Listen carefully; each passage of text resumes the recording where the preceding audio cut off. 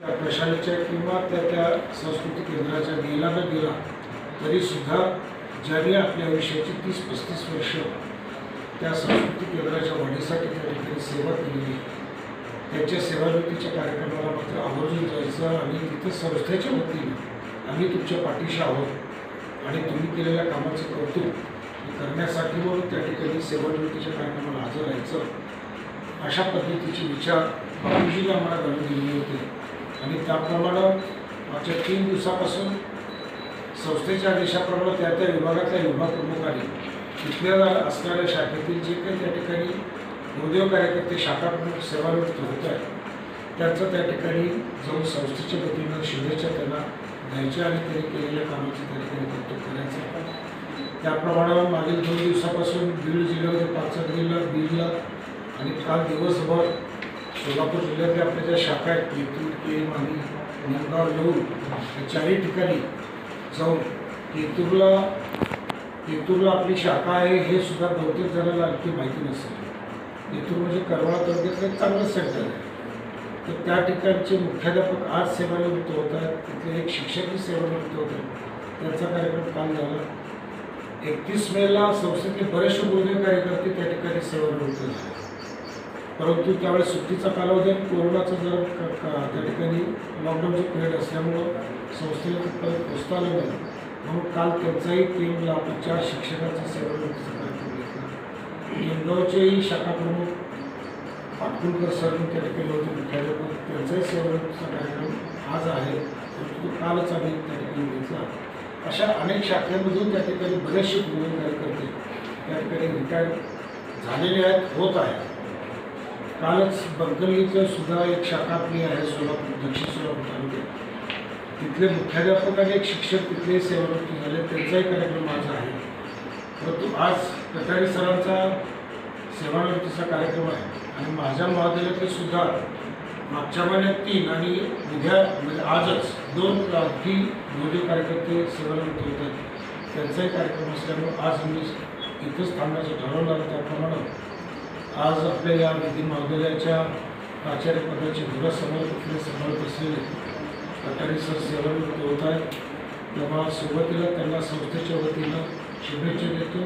उदंड आयुष्य लाभो अशा प्रकारचे दीर्घायुष्याची आई तुळजाभवानीच्या चरणी प्रार्थना करतो आणि त्यांना इथून पुढचं आयुष्य निरोगी, आरोग्यदायी आपल्या कुटुंबासमोर चांगल्या पद्धतीनं त्या ठिकाणी जावं याच्यासाठी सदिच्छा देतो. खरं म्हणजे डॉक्टर बापूजी साळुंखे विधी महाविद्यालयाची सुरुवात ज्यावेळी झालेली होती 1984ची आपल्या कॉलेजची स्थळात त्या ठिकाणी खरी मान्यता आहे, परंतु सुरुवातीचे 7-8 वर्ष तर त्या ठिकाणी विचार प्राचार्य, मग त्याच्यामध्ये गरड साहेबांचा उल्लेख त्या ठिकाणी करणं गरजेचं आहे. ॲडव्होकेट गरड साहेबांनी या ठिकाणी महाविद्यालयाची खरं म्हणजे बरेच काळ प्रभारी म्हणून त्या ठिकाणी धुरा सांभाळली आणि चांगल्या पद्धतीने जिवंत हे महाविद्यालय ठेवण्याचा प्रयत्न केला. त्यानंतर दानवे साहेबांनीही त्या ठिकाणी या महाविद्यालयाची प्रेरणा घेतली आणि खऱ्या अर्थानं या महाविद्यालयाची उभारणी किंवा या महाविद्यालयाची जी काही त्या ठिकाणी ही जी काही इमारत त्या ठिकाणी उभा करण्यामध्ये ज्यांचा सक्रिय सहभाग आणि ज्यांचा त्या ठिकाणी खऱ्या अर्थानं त्या ठिकाणी सहभाग होता ते आपले हे 4 पिलर्स या महाविद्यालयाचे, या 4 महाविद्यालयाचे 4 जे काही आपण आधारस्तंभ म्हणतो ते काही पहिले ते प्राचार्य चौधरी सर, प्राचार्य राव सर, ते MP लॉ प्राचार्य, नंतर आपल्याकडे असणारे रंगाराव सर आणि मुरली कृष्ण सर आणि डॉक्टर कटारे सर, हे 5 जण म्हणजे एक कुटुंबाचे महाविद्यालय चालवते की काय अशा पद्धतीच्या भावनेतून कौटुंबिक वातावरणातून यांनी या महाविद्यालयाची उभारणी केली, चांगलं बाळसं दिलं. आणि आता मडके सरांनी सांगितल्याप्रमाणे ज्या अडचणी 2003-4च्या काळामध्ये आलेल्या होत्या की एक काळ असा होता की महाविद्यालयाचं अफिलिएशन काढून घेतलेलं आहे आणि कुणीही तिथं प्रवेश घेऊ नये अशा प्रकारचे त्या ठिकाणी वर्तमानपत्रातून सुद्धा दाखवून आलेले. त्यावेळेस आम्ही याच आपल्याच महाविद्यालयाच्या प्रेमासिसमध्ये रामकृष्ण प्रेमास महाविद्यालयामध्ये प्राध्यापक काम करतो आणि तुम्हाला सांगायला मला काही हरकत नाही आहे की सुरुवातीला ज्यावेळेस ॲडव्होकेट गरड साहेब ह्या महाविद्यालयाची धुरा सांभाळत होते त्यावेळेस विद्यार्थी सुरुवातीला मिळायचे, म्हणून आपण कॉलेजचं टायमिंगसुद्धा संध्याकाळचं की सर्व्हिस करून लोकांना कॉलेज अटेंड करता येऊन सुरुवातीला नाईट कॉलेजचा दर्जा पद्धतीनं त्या ठिकाणी आपण हे लॉ कॉलेज चालू केलेलं होतं आणि RT कॉलेजमधल्या बहुतेक प्राध्यापकांचे सगळ्यांचीच ॲडमिशन्स त्या काळामध्ये झाली. पहिली 1-2-3 वर्ष ते केलेली, कारण विद्यार्थी संख्या तेवढी दाखवणं गरजेची होती आणि बऱ्याच शिक्षण संस्थेच्या सुरुवातीच्या उभारणीच्या काळामध्ये अशा पद्धतीने काही गोष्टी करायला होत्या. म्हणजे तुम्ही सगळी वकील मंडळी हे तुमच्या पुढं असं सांगायचं म्हणजे कुठंतरी आले अडचणी ते मला वाटतं म्हणून बरं. परंतु हा प्रसंगच असा भावनिक अशा पद्धतीचा आहे की ह्या गोष्टीसुद्धा आपल्याला माहिती असणं गरजेचं आहे. आणि या पद्धतीने या कॉलेजची उभारणी झाली, या कॉलेजची निर्मिती झाली, या कॉलेजची स्थापना झाली. आपल्याबरोबर संस्थेला 3 ठिकाणी आपले विधी महाविद्यालय मिळालेली होती.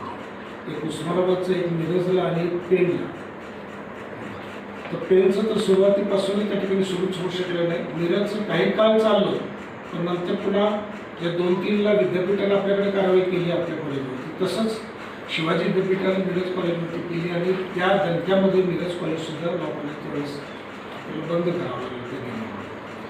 परंतु बापके सरांच्या सारखं त्या ठिकाणी विद्यापीठामध्ये कार्यक्षम असणारा एक पदाधिकारी आपल्या महाविद्यालयामध्ये असल्यामुळे, आपल्या संस्थेत त्या ठिकाणी असल्यामुळे त्यांनी स्वतः या दिशेला काही रिस्क घेऊन त्या ठिकाणी विद्यापीठात प्रयत्न केले आणि हे महाविद्यालय जिवंत ठेवण्याचा प्रयत्न केला.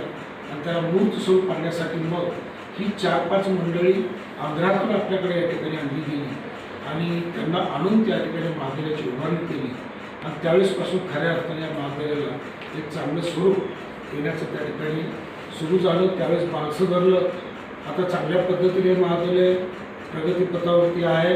आज डॉक्टर बाबासाहेब आंबेडकर मराठवाडा विद्यापीठाच्या कार्यक्षेत्रात एक अग्रगण्य अशा पद्धतीचं गुणवत्तापूर्ण विधी महाविद्यालय म्हणून आपल्याकडे पाहिलं जातं. अशा महाविद्यालयाच्या उभारणीमध्ये आणि जडणघडणीमध्ये ह्या 5 मंडळीचा त्या ठिकाणी उल्लेख करणं आणि इथून पुढे इतिहासामध्ये त्याची नोंद ही कायम राहणारच आहे आणि तो उल्लेख करणं मी या ठिकाणी मानतो. चौधरी सरांनी सुरुवातीला बराचसा काळ त्या ठिकाणी या महाविद्यालयाचा प्राचार्य अत्यंत चांगल्या पद्धतीने, कार्यक्षम पद्धतीने या महाविद्यालयाचा कारभार आणि प्रशासन या ठिकाणी केलं. आणि नंतर पुन्हा चौधरी सरांचे सेवानिवृत्ती झाल्यानंतर खरं म्हणजे आमच्या संस्थेची इच्छा होती की त्यांनी पुन्हा 3 वर्ष आम्ही तुम्हाला एक्सटेन्शन द्यायला तयार आहोत. विद्यापीठाकडे त्या पद्धतीने आपण मान्यता घेऊया आणि आपण थांबावं अशा प्रकारची त्यांना विनंती केली.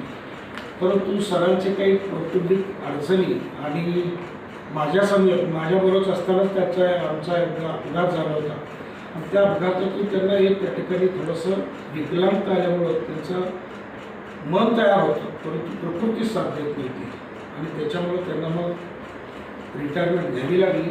आणि ते घेत असताना त्यांनी उदार मनानं त्या ठिकाणी हे रिटायरमेंट घेत असताना मला फार भावना होतात, मी फार हे रिटायरमेंट स्वीकारतोय अशा प्रकारची भावना त्यांनी व्यक्त केली होती. परंतु त्याच्यातून एक चांगला सूट त्यांनी आम्हाला दिलेला होता की मी जरी रिटायर झालो तरी डॉक्टर कटारे सरांसारखा एक ॲकॅडमिक पर्सन आपल्या महाविद्यालयाला या ठिकाणी कर्णधार म्हणून त्या ठिकाणी मिळतो आणि त्यांच्या प्राचार्यपदाच्या याच्यामध्ये माझ्या एक्सटेन्शनचाही त्या ठिकाणी अंतराळ नको म्हणून त्यांनी त्या ठिकाणी रिटायरमेंट स्वीकारली.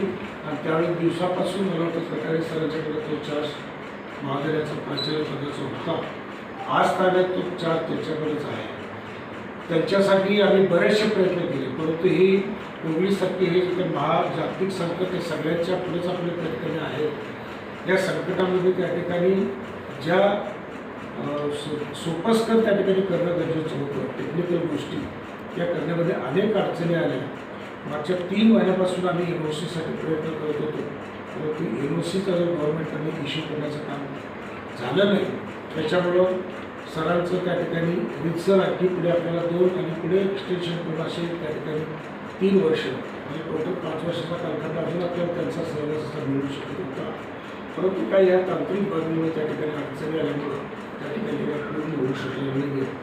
परंतु तरीसुद्धा आता कटारे सर जात असताना किंवा कटारे सर सेवानिवृत्त होत असताना आपल्यावरती आता जबाबदारी आहे. आता जसं हे 4 पिलर होते या महाविद्यालयाचे, Rao sir, Chaudhary sir, Muralikrishnan sir आणि कटारे सर, या 4 पिलरनी आपल्याला काही इमारत उभा करून दिली, ज्या स्टेजपर्यंत हे महाविद्यालय आणून दिले. एक चांगल्या प्रकारचं क्वालिटी इन्स्टिट्यूट म्हणून या ठिकाणी पाहिलं जातं. तर ह्या इन्स्टिट्यूटची ही जी धुरं आहे ती धुरं आता ह्या 4 पिलर्सला आता त्या ठिकाणी सांभाळायची. डॉक्टर शिंदे सर आहेत, आंबेडकर सर आहेत, शाह सर आणि कुंभार सर आणि त्यांच्यासोबत असणारे सर्व नॉन टीचिंग आणि इतर माझे या ठिकाणी CHBवरती काम करणारे सगळे मंडळी, या सगळ्यांनी या महाविद्यालयाची धुरं सांभाळायची आहे. आणि या महाविद्यालयाच्या निवडणुकीला कुठेही हे 4 लोकांनी जी दिशा घालून दिलेली आहे त्या दिशेपासून आपण कुठेही बाजूला जाणार नाहोत.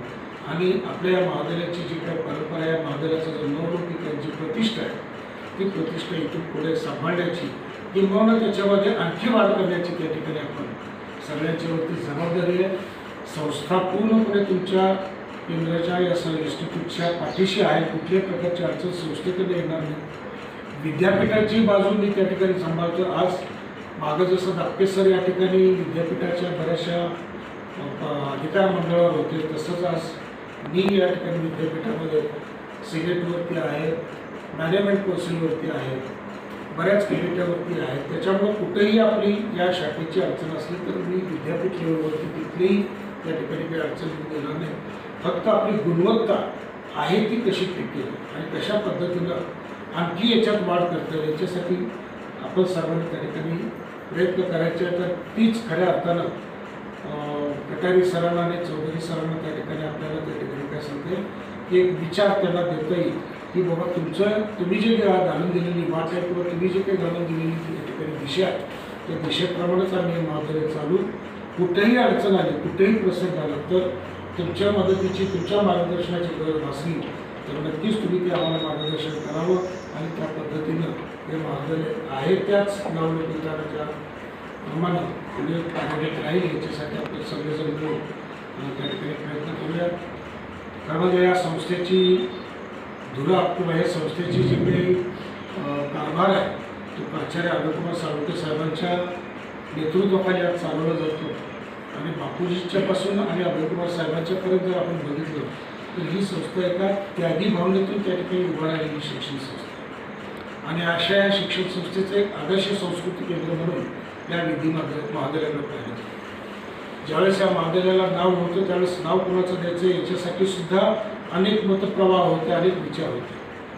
परंतु बापूजींच्यासारख्या पवित्र व्यक्तीचं नाव जर या संस्कृती केंद्राला दिलं तर बरं होईल असा एक विचार आपल्याच कुसुमात नदीतल्या काही लोकांनी त्या ठिकाणी व्यक्त केला. त्यांची निवेदनही आली आणि त्याप्रमाणे आपण तो प्रयत्न विद्यापीठ स्तरावरती आणि शासन स्तरावरती केला आणि त्याप्रमाणे या महाविद्यालयाला डॉक्टर बापूजी साळुंखे विधी महाविद्यालय हे नाव आपण देऊ शकलो.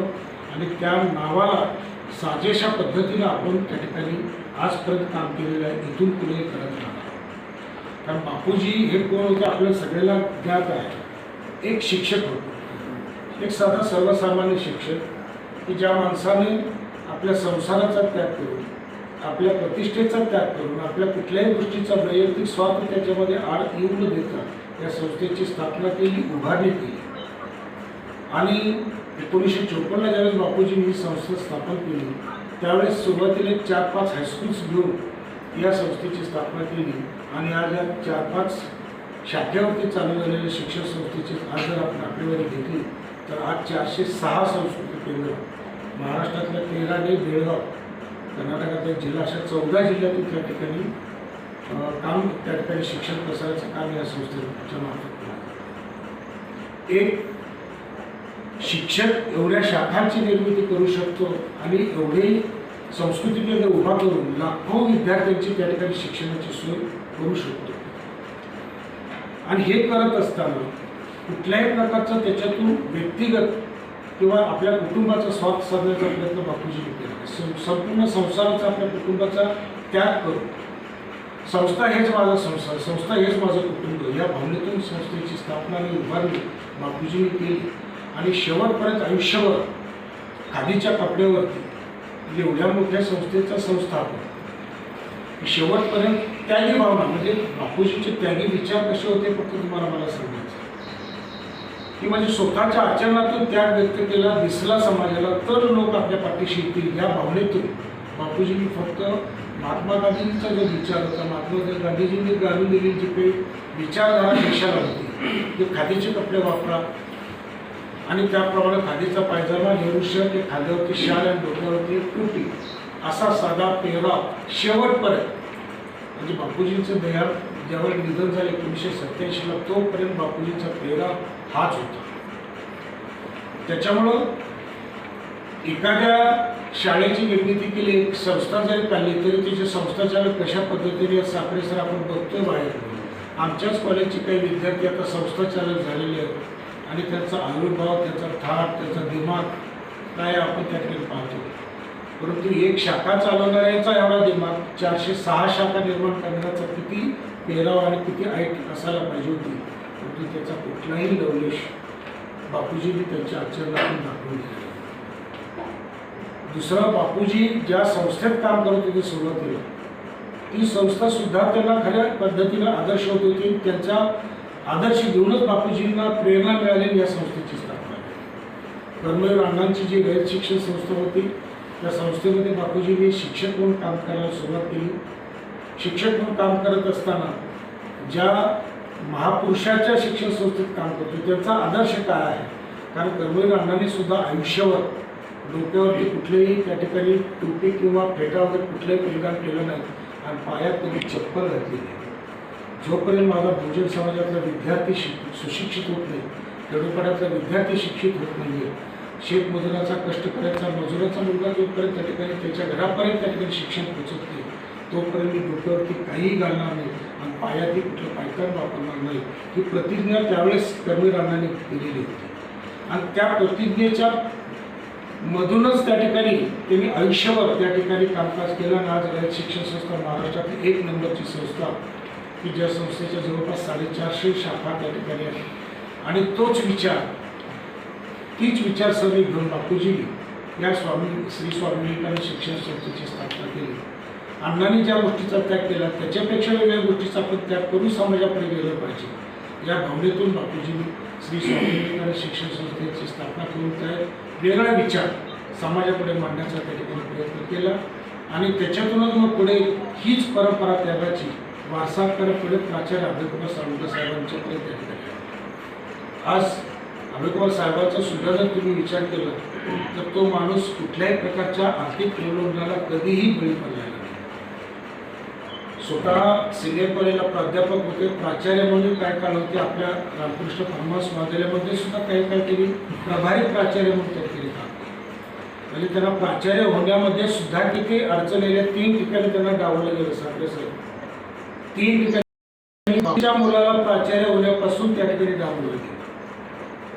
तरी सुद्धा माझी संस्था जी वडिलांनी काढलेली आहे, जी बापूजींनी उभा केलेली संस्था, त्या संस्थेची मी जोपासना करणं हे माझं कर्तव्य आहे, ती वाढवण्याचं माझं कर्तव्य आहे. या भावनेतून आज प्राचार्य अभयकुमार साळुंखे साहेब सुद्धा त्याच भावनेतून काम सर. कुठल्याही प्रकारचा त्याच्या पेन्शन मला किती मिळेल, मला पगार किती मिळेल, माझा पगार बंद झाला तर माझं कुटुंब कसं चालेल, याचा कधीही आज ताब्यात त्या माणसाने विचार केलेला आहे. आज वयाची 78 वर्ष पूर्ण झालेली आहे.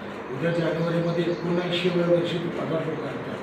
परंतु अविरतपणे 24 तास संस्थेच्या कार्यालयामध्ये, संस्थेच्या त्या परिसरामध्ये आज कुठलाही क्लर्क किंवा कुठलाही कर्मचारी नसला तरी स्वतः एकटे तिथं असतात. कुठल्याही शाखेची अडचण रात्री निम्म्या रात्री कधी गेली तर साहेब तिथे बसून सोडतात. तर ही त्यागाची वृत्ती जी बापूजींनी त्या परंपरा दिलेली आहे, तीच परंपरा अभयकुमार साळुंखे साहेब सुद्धा सांभाळतात. कधीही त्यांनीही स्वतःच्या कुटुंबाचा विचार केला. त्यांना 2 मुली आहेत. स्वतःची पत्नी सर्व्हिसला होती, तिच्यावरतीच काय असं होतं संसार. संस्थेच्या संस्कारामध्ये त्यांनी संपूर्णपणे झोपून घेतलं. व्यक्तिगत संसाराकडे कधीच लक्ष दिलं नाही, अजूनही देत नाही. जे काही करतात ते त्याची पत्नी करतात थोडंफार. परंतु सरांचा स्वभाव आजपर्यंत असाच आहे की मी जे काही करेल ते संस्थेसाठी करेल. आणि त्या पद्धतीनं त्यांना सुरुवातीच्या काळामध्ये आम्ही सगळेजण सांगत होतो की सर तुमची पेन्शन एवढी तर सर्व्हिस उद्या म्हणजे तुमचे उत्तर आयुष्य जे आहे त्याच्यामध्ये तुम्हाला काही आर्थिक अडचण येणार नाही. परंतु नाही, माझी संस्था जपली पाहिजे, माझी संस्था वाढली पाहिजे, संस्थेची जपली केली पाहिजे या उद्देशाने स्वतः सर्व्हिसचा त्याग केला. आणि त्या पद्धतीनं त्या ठिकाणी त्यांनी त्याग करून संस्थेसाठी संपूर्ण आयुष्य माझं आहे या भूमिकेतून त्यांनी सर्व्हिसचा त्या ठिकाणी त्याग केला, राजीनामा दिला आणि संस्थेच्या कामकाजामध्ये लागले. आणि त्या काळामध्ये जे काही शासनाचा नियम पेन्शनसाठी आवश्यक आहे किमान 20 वर्ष पूर्वीचा नियम होता की 20 वर्ष सर्व्हिस झाली तर तो पेन्शनला एलिजिबल होतो, तर त्यांना सेवानिवृत्तीनंतरचं त्या ठिकाणी निवृत्तीचे लाभ सगळे मिळतात, अन्यथा मिळत नव्हतं. मला काहीच लाभ नको, मला काहीच नाही आहे, मला कुणाचाही विचार नाही, मला फक्त माझी संस्था चालू होती. या विचारातून त्यांनी सगळ्या या आर्थिक लाभावरती पाणी सोडलं आणि काही त्या ठिकाणी त्यांना पेन्शन पेपर झाला नाही. कुठल्याही प्रकारचं त्यांना आजसुद्धा संस्थेत कार्याध्यक्ष म्हणून काम करतात, 1 रुपयाचं सुद्धा मानधन ते घेत नाही आहे. ते आपल्या माहितीसाठी दिसून येतं. आपल्याला 1 महिन्याचा पगार लेट झाला किंवा आपला CAGचा पगार जर वेळेत 6 महिन्यात बजेट दिलं तर आपल्याला लगेच किती हे होतं की माझी मग एवढी अडचण झाली, मी एक झालं, माझा पगारच नाही म्हणून मी येतच नाही, अशा पद्धतीचं आपलं असतं. परंतु आपण ज्या संस्थेत काम करतो त्या संस्थेची त्यागाची भूमिका ही आपण लक्षात घ्या. आणि मग त्या ठिकाणी कुठल्याही प्रकारची पेन्शन नाही, काही नाही. आता तो नियम 7व्या वेतन आयोगाच्या वेळेस आला की 10 वर्ष सर्व्हिस झाली तरी त्याला पेन्शन बसते आणि त्याच्यातून मग त्याचा प्रस्ताव आम्ही सगळ्या कार्यकर्त्यांनी मिळून फक्त सहाय्य करा म्हणून सांगितलं आणि पेन्शन पेपर तयार करून शासनाकडे तो मंजूर आला. आज साहेबांना काहीतरी 15-16 हजार रुपये पेन्शन बसते आणि ग्रॅच्युटी वगैरे काय काय लाभ असतात ते लाभ त्यांना मिळाले. परवाच त्यांनी आमच्या मॅनेजमेंट कौन्सिलच्या मिटिंगमध्ये 25 लाख रुपये त्यांना मिळाले होते. ते सगळेचे सगळी रक्कम आपले अर्थसचिव प्राचार्य शेजवळ सर त्यांच्याकडे ती सुपूर्द केली आणि हा सगळा पैसा संस्थेच्या निधीमध्ये जमा. म्हणजे माझ्या 2 मुली आहेत, नातवंड आहेत, त्यांच्यासाठी काहीतरी करावं अजिबात नाही. जे काय करायचं ते संस्थेसाठी. अशा या वारसा परंपरा असलेल्या त्यागाची भूमिका असलेल्या शिक्षण संस्थेमध्ये आपण काम करतो आणि हे काम करत असताना आज बरीचशी मंडळी त्या ठिकाणी आपल्याला त्या ठिकाणी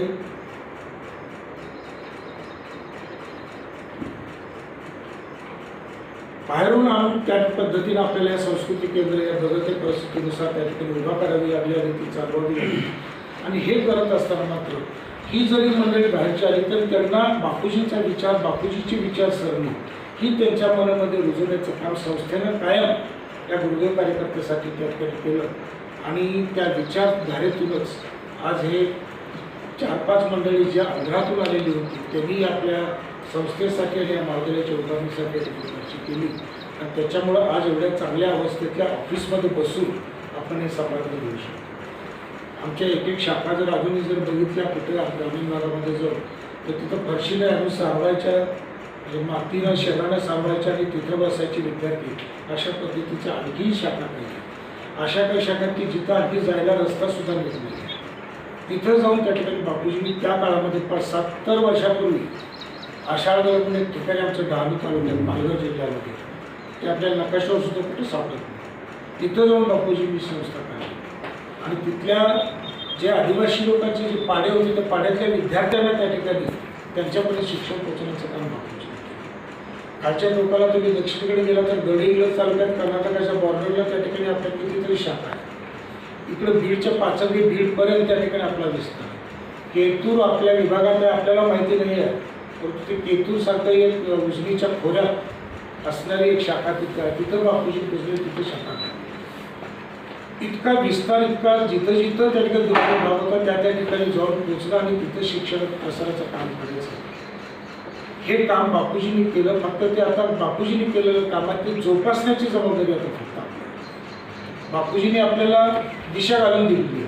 आता त्या दिशेप्रमाणे आपण त्या ठिकाणी ती संस्कृती केंद्र उभा केलेली आहे. त्या संस्कृती केंद्राची त्या ठिकाणी गुणवत्ता कशी आपल्याला टिकवता येईल किंवा त्याच्यामध्ये वाढ कशी करता येईल याचा प्रयत्न करण्याची जबाबदारी आता तुमच्या आमची होती.